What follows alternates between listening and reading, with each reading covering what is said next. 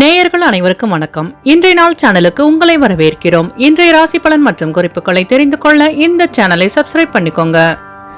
இன்று ஏப்ரல் மாதம் செவ்வாய்க்கிழமை 8/4/2025 குரோதி வருடம் பங்குனி மாதம் 25ஆம் நாள். மேஷராசி நேயர்களே, இன்று உங்களுக்கு வெளியூர் பயணங்களால் மகிழ்ச்சி அதிகரிக்கும்.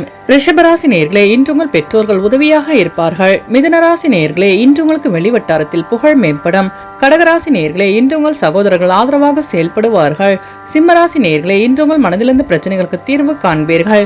கன்னிராசி நேயர்களே, இன்று உங்களின் வாகன பயணங்களில் கவனம் வேண்டும்.